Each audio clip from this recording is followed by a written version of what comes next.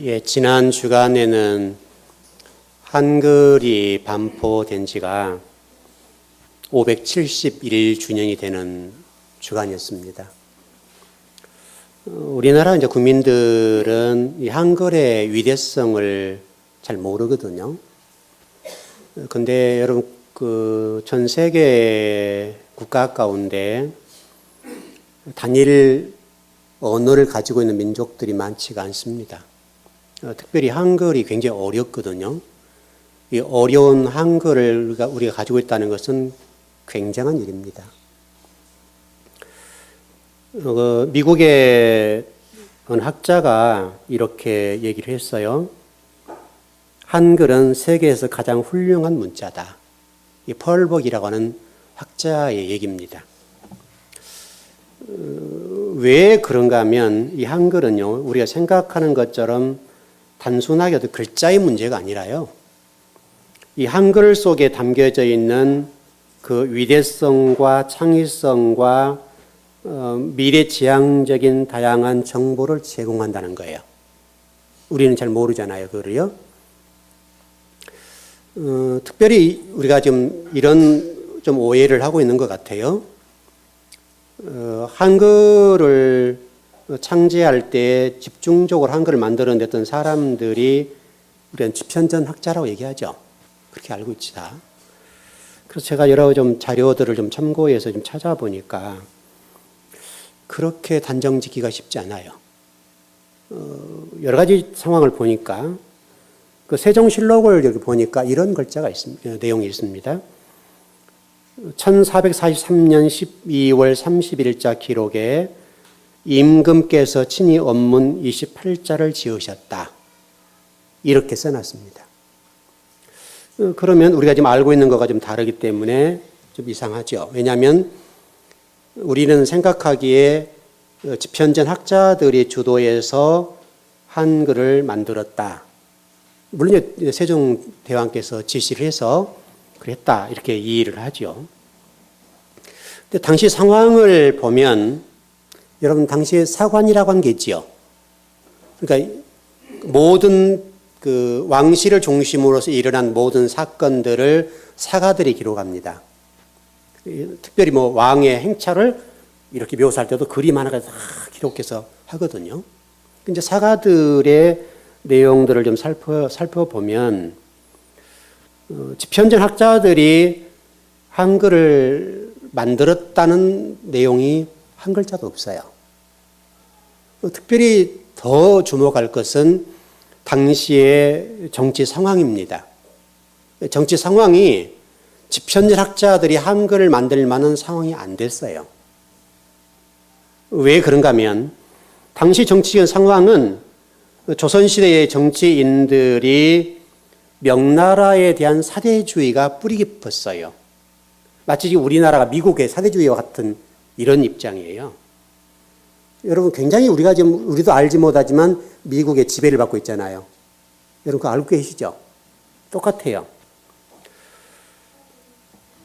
왜 그러냐면 당시 훈민정음을 반포하려고 할 때에 격렬히 반대했던 세력이 굉장히 많았습니다. 그 집현전의 실세라고 하는 부제약 최만리라는 분이 있어요. 여러분 많이 역사 드라마를 통해 보셨을 텐데 이 최만리라는 분이 집현전의 최고 수장입니다. 이분이 한글의 훈민정음을 발표하는 것을 철저하게 봉쇄했습니다.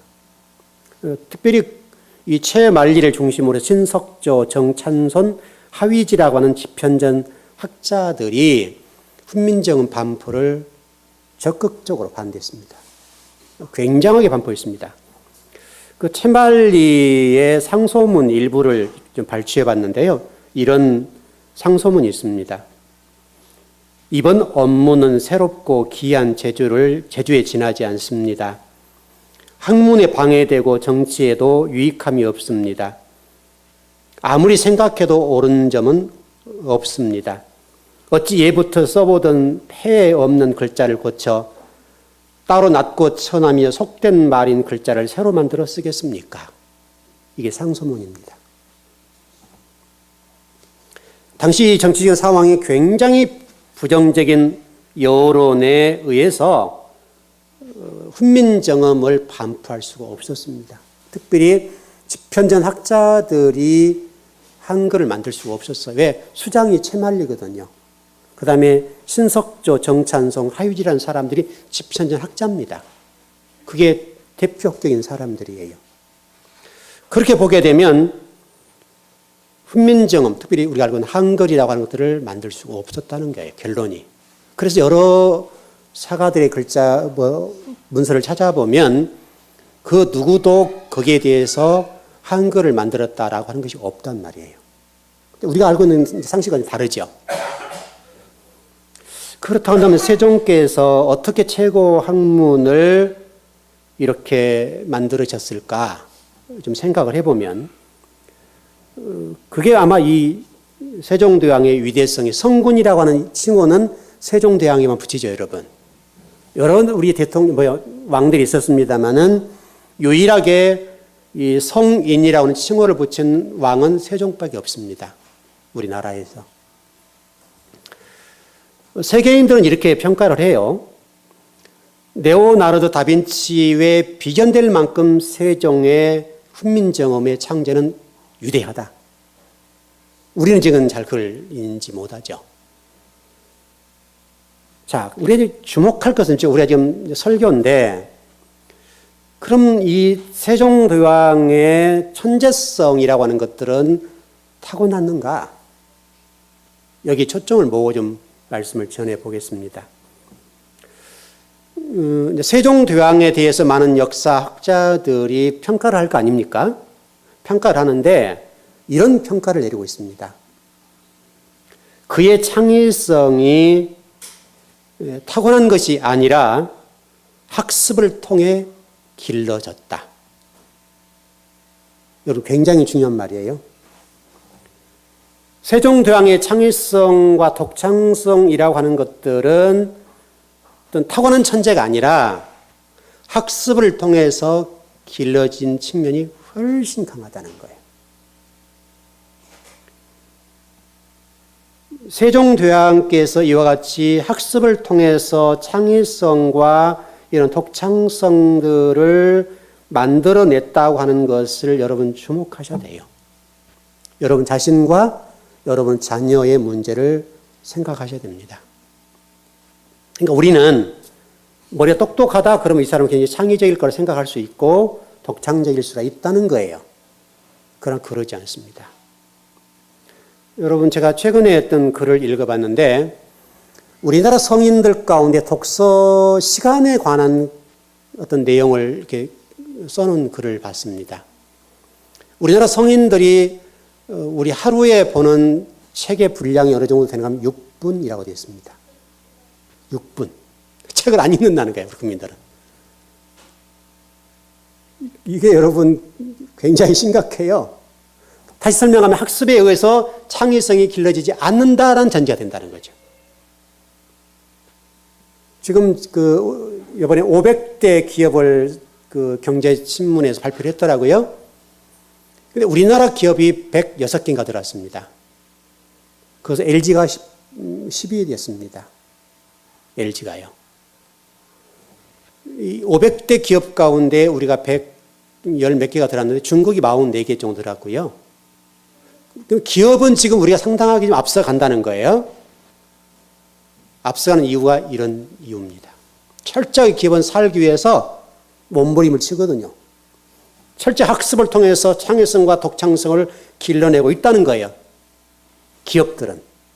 이익을 창출하기 위해서. 그럼에도 불구하고 앞으로 우리 미래를 볼 때는 우리 국민들의 독서량이 하루에 6분밖에 안 되기 때문에 이런 학습에 의해서 창의성이 길러질 확률은 점차 떨어지고 있다. 이렇게 볼 수 있습니다. 여러분, 그동안에 우리가 좀 생각해 보자고요. 우리가 이제 공부라고 하는 지식이라는 측면을 볼 때 공부는 지식과 정보를 습득하는 과정이죠. 여러분, 공부라고 하는 거 그거예요. 공부라고 하는 것은 지식과 정보를 습득하는 거예요. 그것을 어떻게 전달할 것이냐 문제를 공부라고 그래요. 그래서 지금까지 우리는 지식을 탑을 쌓듯이 쌓아왔어요. 그리고 가장 높이 탑을 쌓는 사람이 지식인이에요. 그리고 어떤 정부 요직에 들어가서 지배를 하는 거죠. 이런 구조예요.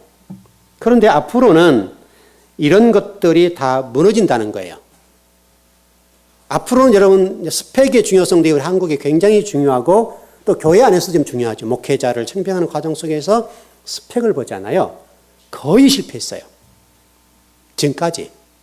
왜 그러냐면 지금 시대는 그런 시대가 아니에요. 근데 지금 여전히 한국 교회가 그걸 벗어나지 못해요. 여러분 지식이라고 하는 측면을 보자고요. 지금요. 여러분 네이버나 특별히 구글 같은 데 딱 검색하면요. 전문 지식이 막 쏟아져 나와요. 엄청난 지식이 우리가 알지 못한 지식들이 어마어마할 정도로 쏟아져 나와요. 지금 앞으로의 공부는 지식의 문제가 아니라고요. 정보의 문제가 아니라고요. 컴퓨터만 검색해버리면 이런 구글이나 네이버 같은 데 다음 같은 데 치잖아요. 엄청난 지식이 쏟아져요. 여러분이 평생 공부한 것보다 훨씬 많은 지식이 검색 하나 딱 누르면 막 쏟아져 나온다. 그리고 앞으로는 우리가 탑을 얼마나 높이 쌓느냐, 이거는 중요한 문제가 아니에요. 지식과 정보를 쌓는 일은 중요하지 않아요. 중요한 것은 그 정보들을 내가 갖다 쓰면 되는 거예요. 여러분, 그렇죠? 어떤 정보를 갖다 쓸 것이냐, 이런 능력이 있으면 된다고요. 그래서 지금은 그 정보와 지식들을 취합해서 인과관계를 만들고 다른 분야와 융합해서 새로운 가치를 창출해내는 가치를 만들어내는 능력을 가진 사람이 이제는 앞으로 리더자가 된다고요. 굉장히 중요해요. 다시 말하면 과거에는 탑을 높이 쌓는 사람이 가치가 있고 능력 있는 사람으로 평가했다고 한다면 4차 혁명 시대는 이제는 그런 게 아니라 탑을 쌓는 도면을 어떻게 만들어낼 것이며 어떻게 읽어낼 것인가, 그리고 그것을 적절하게 쌓을 것이냐, 이 능력을 갖춘 사람이 지배자가 된다는 거예요. 이제는 무엇을 가르치고 배워야 하는가 문제는 중요한 문제가 아니에요. 여러분, 지식의 재생산이 목적이었던 교육, 지금까지의 과정이죠. 그리고 고정화된 지식이 세계를 지배했어요. 여러분, 그래서 교회도 똑같고 우리 한국 사람들이 똑같아요. 과거의 어떤 지식이 딱 고정되면 변하지 않아요. 성경 말씀에 관해서도 똑같아요.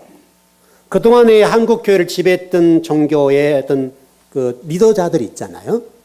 그 리더자들 또는 종교 개혁을 했던 어떤 우리 종교 개혁자들, 이런 학자들이 학문을 통해서 지식을 선포해 줬죠. 그게 500년, 1000년 된 지식들이란 말이죠. 근데 그 1000년 된 지식이 절대로 안 바뀌어요. 이게 지금 답답한 문제예요. 제가 지금 성경을 공부하고 하면서 답답한 것이 그거예요. 우리 한국 교회의 신학이 500년, 1000년에 머물러 있어요. 절대로 안 변해요.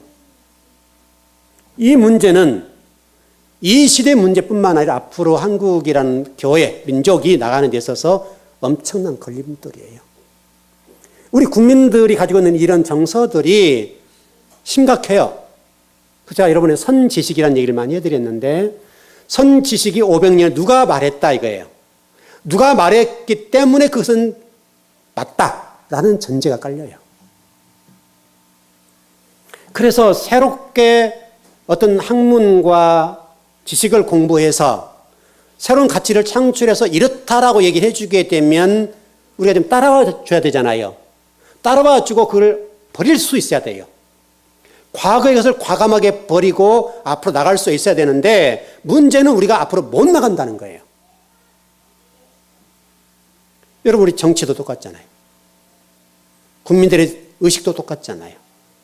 모든 국민과 우리 대한민국이라는 또 교회도 똑같고 신학도 똑같고, 모든 신학이라고 하는 것이 한 발짝도 앞으로 못 나가는 거예요. 한 발짝만 앞으로 나가면 그것을 찍어 내려버려요. 이렇게 해서 신학이 발전을 못해요. 하나님의 말씀이라고 하는 것들이 과거의 지식 수준에 머물러서 한 발짝도 못 가요. 그래서 여러분 세종대왕께서 그 신하들을 모아놓고 이렇게 상소를 올리고 그런 것들 있잖아요. 그 왕께서 이렇게 이제 얘기를 하잖아요. 그때 세종이 주로 질문했던 게 뭐냐면 경들은 어떻게 생각하시오? 여러분 이 문제가 굉장히 많이 나와요.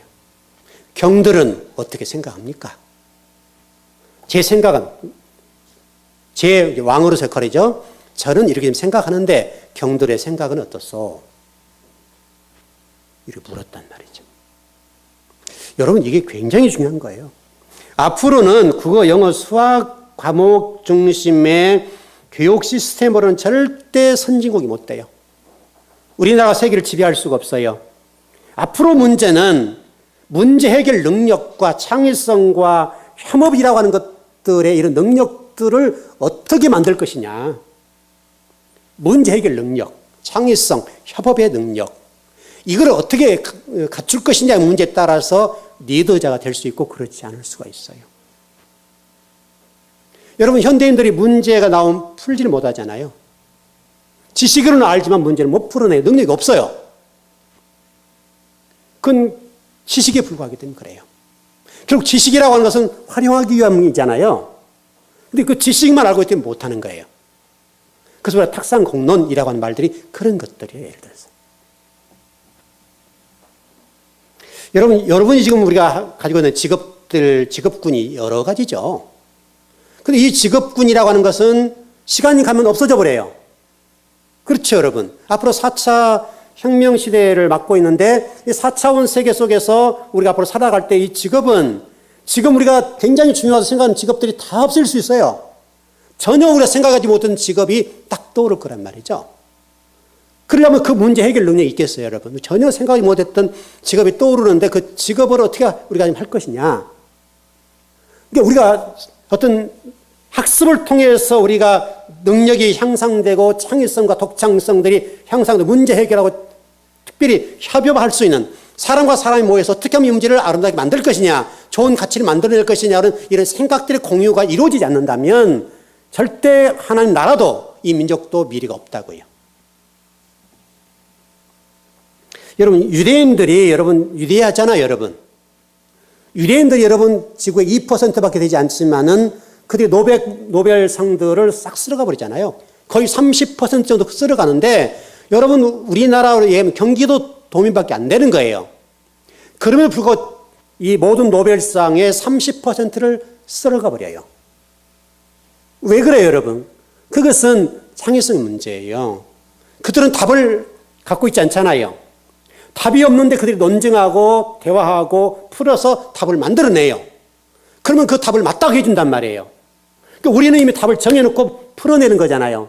객관식을 통해서 답은 이미 정해졌고 그 답에 맞으면 능력 있는 사람, 그 답에 틀리면은 능력 없는 사람, 실력 없는 사람 딱 갈려버린단 말이죠. 여러분 실질적으로 유대인들은 답을 가지고 있지 않아요. 답이 없는데 그것을 정확하게 딱 얘기하면서 논증하고 학문적으로 증명해내면 답을 인정해 준단 말이에요. 그러니까 개발이 되는 거예요. 이게 머리가 계속 앞으로 나가는 거예요. 그리고 우리 국민들은 똑똑해요. 이렇게 열심히 공부하고 이렇게 치맛바람이 많은 나라 어디 있어요? 그래서 기업에 이런 100 몇 개 정도의 500대 기업 속에 속할 정도가 되는 것은 우리 어떤 부모 세대들의 치맛바람이에요. 지금까지는. 문제는 앞으로 너무나 우리가 지금 지식이라고 하는 것과 이런 모든 부분에 있어서 막혀있기 때문에 문제인 거예요. 그러니까 여러분 지금 아이들을 두고 있는 여러분들 생각해 보셔야 돼요. 과연 지금 우리가 공부를 시키는 이 문제가 정말 가치 있는 일인가?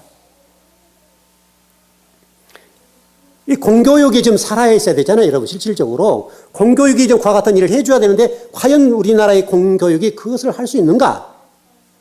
여전히 우리는 이 바둑판에 찍어내듯이 찍어내고 사지선다형 속에서 답을 정해놓고 골라내는 작업을 하잖아요. 그리고 그걸 맞으면 능력이 있고 공부 잘하는 아이. 이렇게 해주면 창의력과 통창성이나 문제 해결 능력들이 다 떨어지고 답만 달달달 외우고 문제를 외워서 풀어내면 능력이 있는 거죠. 우리 머리를 죽여버리는 거예요.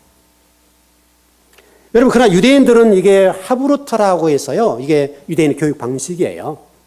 하브루터라고 해가지고 이 하브루터는 히브리어 짝이란 말이 짝. 짝과 짝이 모여서 토론하고 공부를 해요. 그래서 여러분, 그 사람들은 밥을 먹을 때는 도서관들이 시끌시끌하잖아요. 우리 문화는 어떻게 돼요? 지금은 조금 달라졌습니다만은 제가 저희 나이 연배 되신 분 이해하시죠? 저희 연배 때는 만일에 부모님이 숟가락 들기 전에 숟가락 들면 어떻게 해요?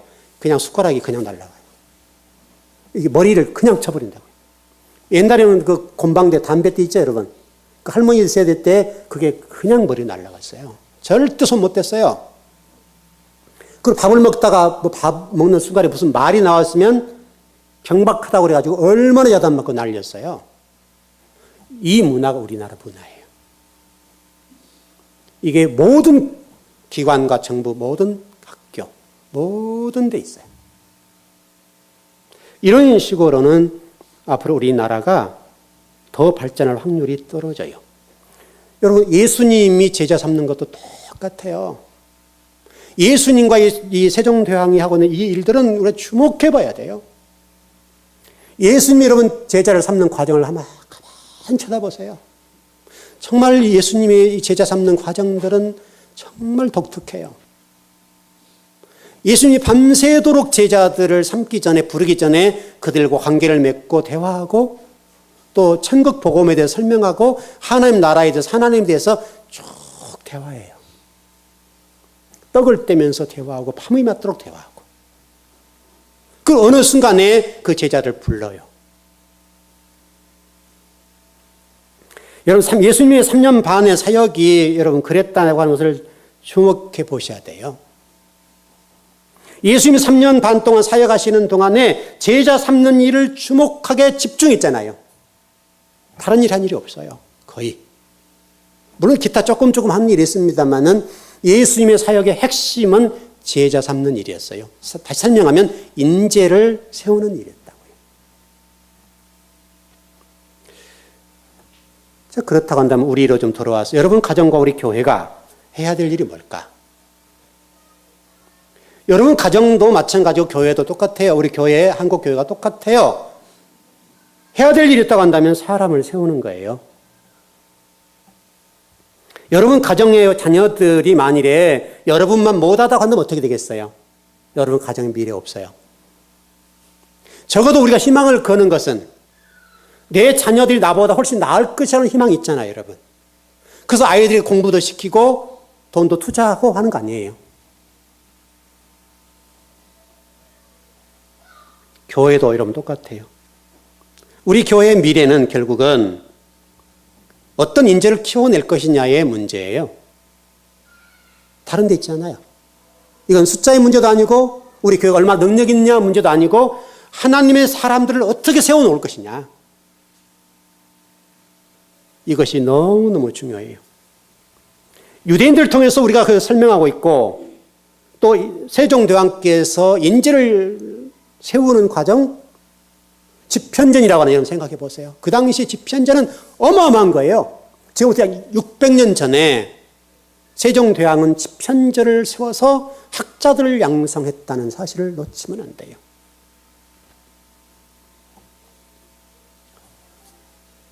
지금 교회들도 좀 그런 부분에 좀 생각을 해야 되고 국가도 좀 생각을 해야 되겠는데 가장 좋은 방법은 공교육이 살아나면 되겠죠. 현실적으로 그러나 이 윗대가리들이 멍청이들이기 때문에 안 돼요. 좀 거칠어서 죄송한 일입니다만은 이 윗대가리들이 썩었기 때문에 될 수가 없어요.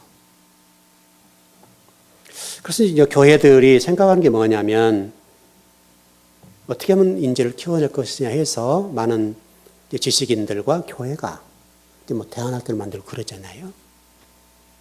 근데 이게 쉽지가 않아요. 이 대안학교를 운영하는 것이 쉽지 않기 때문에 또 그 다음에 이익과 결부된 것으로 가기 때문에 굉장히 어려워요. 일단 돈이 들어가야 되는 문제잖아요. 그래서 정부의 지원을 받기 시작하는 거예요. 그러면 정부의 지원을 받으면 정부에서 뭐라고 얘기합니까? 또 그 지원금을 내려주는 사람들의 머리가 비어 있잖아요. 그 커리큘럼을 그대로 줘요. 그 공교육과 똑같은 거예요. 그러면 이 대안학교에 그것을 하는 분의 이익은 창출할지 몰라도 창의성은 떨어져 버려요. 이제 이게 문제예요. 그래서 좀 안타까운 거죠.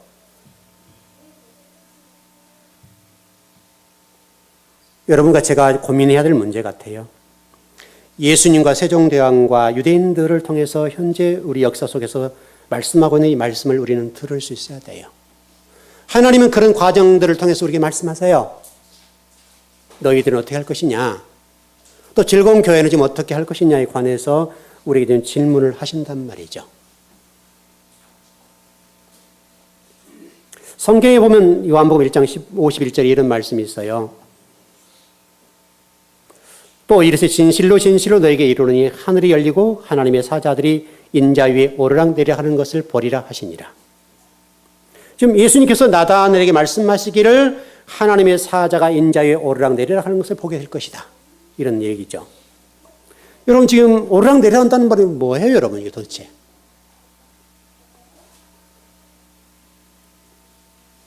보혜사 성령님이 예수 그리스도로 말미암아 이 땅에 오시게 된다. 그 말을 지금 이렇게 설명해 놨어요. 자, 그렇다면 우리 좀 접근을 해서 예수님의 제자 삼음에 관해서 좀 어떻게 했는가에 관해서 좀 우리가 보자고요. 예수님은 세례 요한이 제자들을 거느리고 사역을 했어요. 그것을 뒤에서 멀찌감치 계속 주시하세요. 관심을 두고 쳐다보고 계세요. 여러분 참고하셔야 돼요. 그리고 여러분 안드레나 베드로 같은 사람들이 요한의 제자였던 사람들이잖아요. 그래서 그런 과정들을 통해서 빌립과 나다엘까지 쭉 제자를 삼지요. 근데 이 제자 삼는 일이 만만하지 않다는 얘기예요. 한 사람 인재를 길러내는 것이 결코 쉽지 않다는 거예요. 예수님이시지만 하나님이시고 그분이 우리 주인이시고 능력이 많으시고 지혜의 왕이시고 지식의 근본이잖아요. 그분도 인재를 삼는 일에 있어서는 엄청나게 어려움을 겪었다는 것을 우리가 주목하셔야 돼요. 마가복음 1장 16절에 보면 이렇게 되어 있어요. 갈릴리 해변으로 지나가시다 시몬과 그 형제 안드레가 바다에 그물을 던지는 것을 보시니 그들은 어부다라고 설명해요. 주목할 것은 14절에 보면 마가복음 1장 14절에 이렇게 되어 있어요. 어느 때인가라고 설명하는 거예요. 제자들이 지금 어떤 때에 지금 어부가 되어서 하고 있는가를 주목하셔야 돼요. 14절에서는 세례 요한이 잡히던 때라고 되어 있다고요. 그렇다면 세례 요한이 잡히던 때라고 되어 있기 때문에 이미 예수님은 세례 요한을 통해 제자들과 예수님 스스로 불렀던 제자들이 있었어요. 그리고 그 제자들이 예수님의 제자로 됐다 이 말이죠. 그런데 16절에서는 그 제자들이 지금 뭐 하고 있는가 하면 본래 직업으로 돌아갔어요. 갈릴리라고 하는 곳에 가서 어부로서 고기를 잡고 있었다는 말이에요.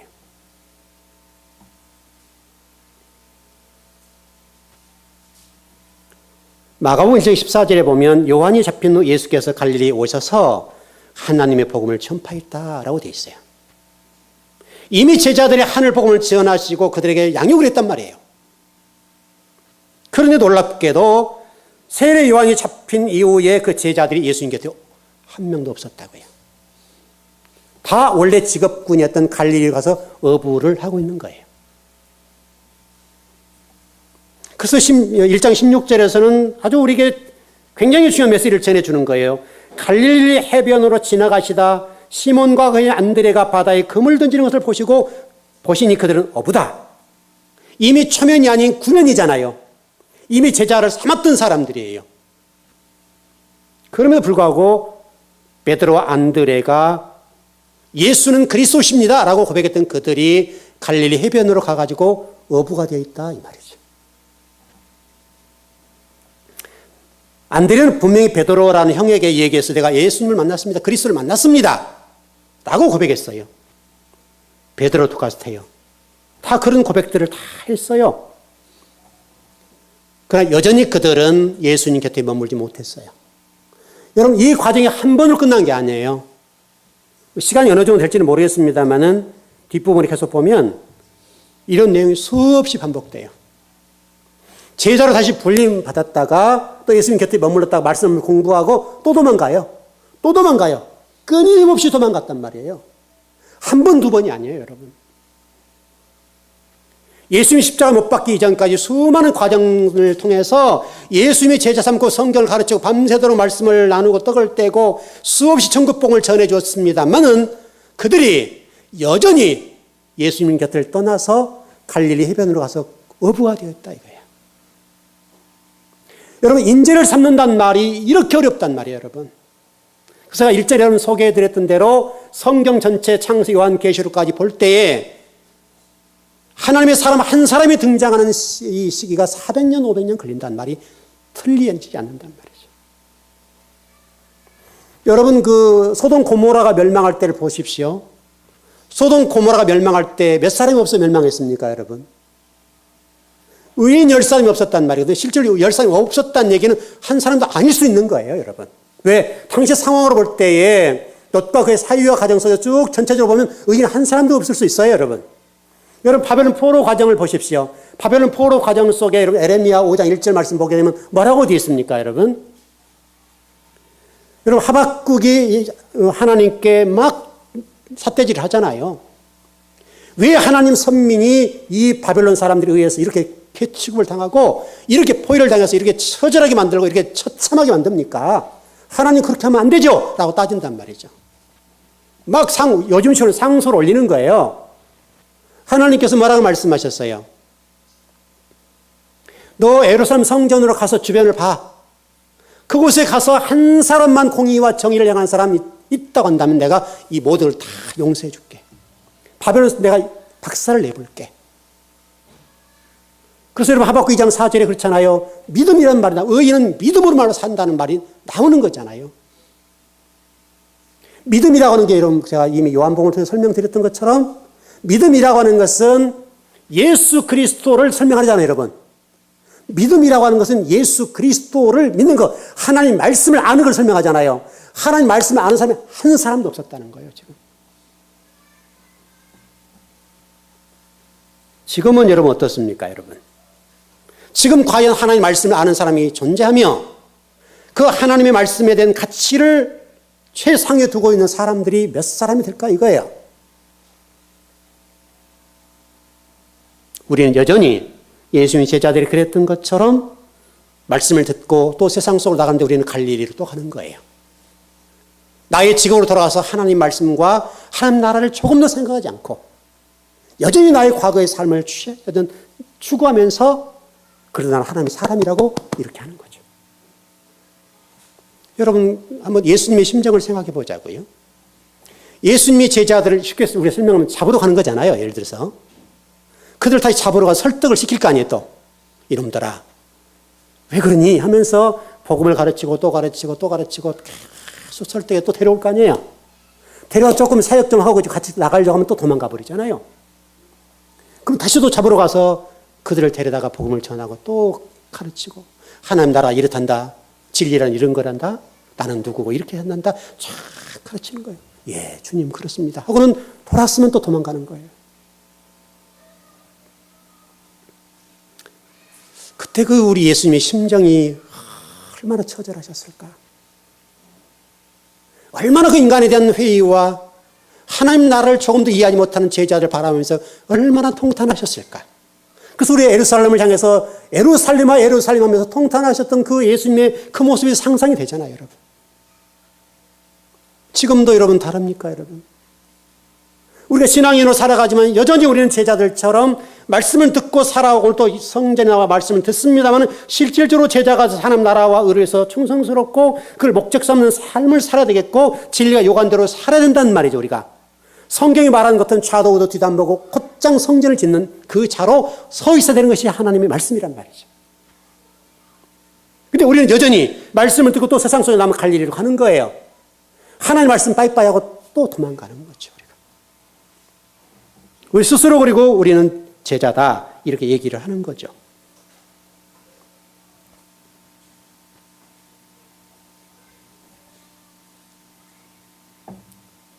우리가 이 예수님의 아픔을 알아야 돼요. 얼마나 예수님 지금도 우리를 바라보시면서 과거 제자들의 모습을 이렇게 회상하고 그리면서 아파하실까? 여러분 스스로가 인재가 되어서 하나님의 나라의 주역이 되어야 된단 말이죠. 여러분 히브리서 말씀과 같이 여러분 히브리서 뭐라고 설명해요? 너희들이 하나님 말씀을 배우고 신앙생활을 이토록 많이 하고 하나님 말씀을 수없이 들었는데 너희들이 이미 가르칠 정도의 능력 있는 사람이 되어야 될 텐데 언제까지 너희들이 이렇게 배우고만 있니? 언제까지 너희는 도의 초보에 머물러서 여전히 그런 수준으로 머물러 있니? 통탄하시잖아, 히브리서를 통해서.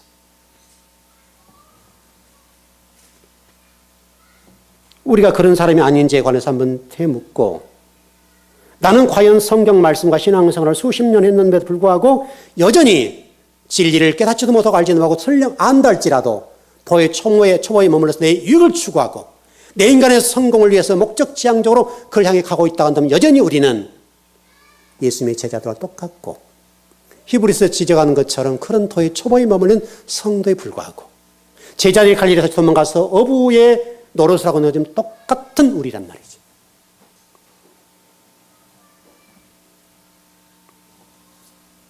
또 하나는 우리에게 희망을 주는 것은 여러분 과거나 현재 조금 다를 수 있습니다만은 과거의 뱃사람 하면 편하게 좀 상당히 좋은 표현을 쓰고 있습니다만은 우리는 과거는 아주 쌍스럽게 얘기했잖아요.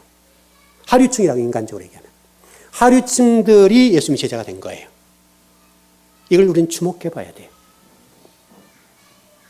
지금 2000년이 지난 지금 당시 뱃사람이었던 그들이 천민 출신이라고 할 수 있겠는데 그런 천민 출신들을 우리 주님이 선택해서 그들을 제도권 속으로 편입시켰다는 것을 우리는 주목하셔야 돼요.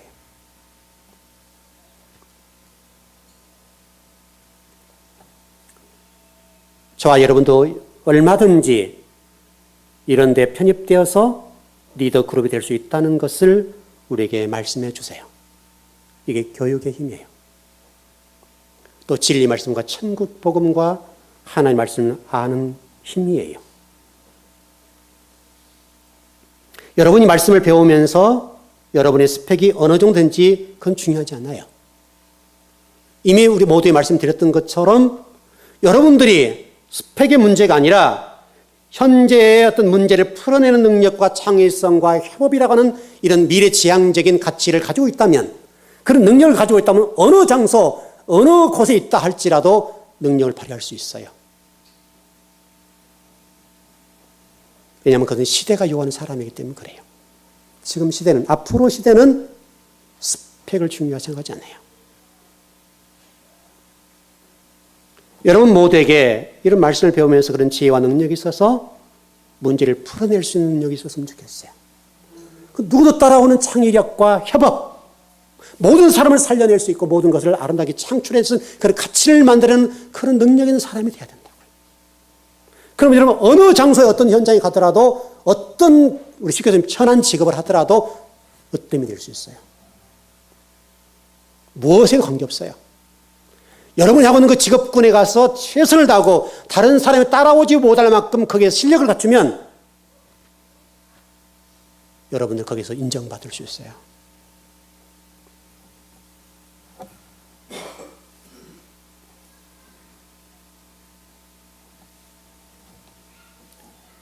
우리가 하나님 나라의 일꾼으로 살아가면서 오늘 우리가 또 말씀을 들으면서 생각할 것은 복음이라고 하는 것은 예수 믿으시오 이렇게 전해준 이것으로 되지 않는다는 거예요. 여러분 저는 별로 지하철을 탈 기회가 없습니다만은 여러분 지하철 타보시면 요란한 사람도 있죠. 여러분 어떻게 생각하시나요? 물론 유익함이 있습니다. 여러분 그렇게 열정적으로 하는 건 대단한 일이죠. 저는 그럴 때마다 이렇게 복음이라고 하는 것과 진리라고 하는 가치가 이렇게 수준이 낮을까? 그 생각을 합니다. 세상에 옳을지 틀릴지는 모르지만은 복음이라고 하는 것을 증거할 때에 적어도 우리가 사람들의 공공성을 해치면 안 되죠. 여러분 그러지 않아요? 그 사람들 때문에 뜨겁기 때문에 예수 천당 불신 지옥하고 전할지 몰라요. 그러나 그 사람들 가운데에 그래서 10만 명이 전했다 합시다. 여러분 예를 들어서 쉽게 생각해서 10만 명의 그런 복음을 전했어요. 예수 천당 불신 지옥 하고 여러분 예수 믿지 않으면 지옥 갑니다 라고 전했다 합시다. 10만 명 가운데 예수 믿는 사람이 몇 사람 될까요 여러분? 그냥 100명이 합시다 그냥. 그렇다면 반대로 그 나머지는 저런 사람들 때문에 내가 예수님 못 믿어. 이렇게 할 수 있다는 거죠 여러분.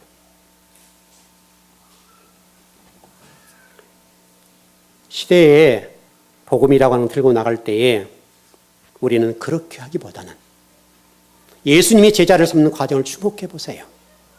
여러분 주변에 있는 사람들에게 복음을 증거할 때 관계를 맺으셔야 된다고요. 끊임없이 떡을 떼고 관계를 맺고 그리고 그들에게 은연중에 복음을 심어주면 될 수 있다 이거죠. 시간이 필요해요. 인내가 필요합니다. 동시에 우리가 생업이라고 하는 것과 하나님 나라와 관련해서 나는 과연 어떤 것을 우선시하는가? 예수님의 제자들이 그랬던 것처럼 생업을 위해서 가치 있는 복음을 포기하고 만왕의 왕 되시고 주님 되시고 창조주 되신 아버지 곁을 떠났던 그 제자들의 모습 속에서 나는 없는지 확인할 필요가 있습니다. 좀 결론을 맺어 보겠습니다. 요한복음 6장 66절에도 이렇게 얘기합니다. 그때부터 그의 제자 중에서 많은 사람이 떠나가고 다시 그와 함께 다니지 아니하더라. 예수님의 지금 시간을 표를 보게 되면 상당히 앞으로 갑니다. 예수님 사역이 굉장히 무르익어 갑니다. 근데 제자들은 여전히 과거에 그랬던 것처럼 그의 제자 중에 많은 사람이 떠나갔다라고 말씀하고 있습니다.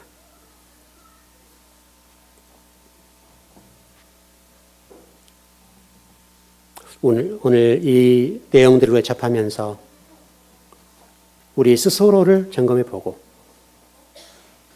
정말 가치 있는 인생이 무엇인지 또 동시에 나는 내 가정 속에서 앞으로 미래의 인재를 어떻게 양성해내고 있는지 여러분 스스로도 학습에 의한 창의성과 독창성을 길러내는 일에 얼마나 도전하고 있는지 여러분 인생에 지금 나이가 어느 정도 됐기 때문에 포기하는 인생 나는 여기야 라고 하는 이런 것들이 없는지 여전히 우리는 도전할 가치가 있다고 생각합니다. 얼마든지 앞으로 미래는 열려 있고 얼마든지 앞으로 여러분들은 성장할 가능성이 있습니다. 예수님의 제자들과 우리들의 모습 속에서 도망가는 그 모습이 아니라 앞으로 진취적으로 미래지향적으로 가는 것. 또 세종대왕이 집현제를 만들어서 인재를 양성하고 미래지향직을 생각하고 도전했다는 이 사실을 우리 주목해보고 하비루타라고 하는 유대인들이 지금도 여전히 그와 같이 하고 있다는 사실을 주목해보면서 저와 여러분들의 도전이 됐으면 좋겠습니다. 여러분 그와 같은 일로 인해서 하나님 나라 확장되길 바랍니다. 기도하겠습니다.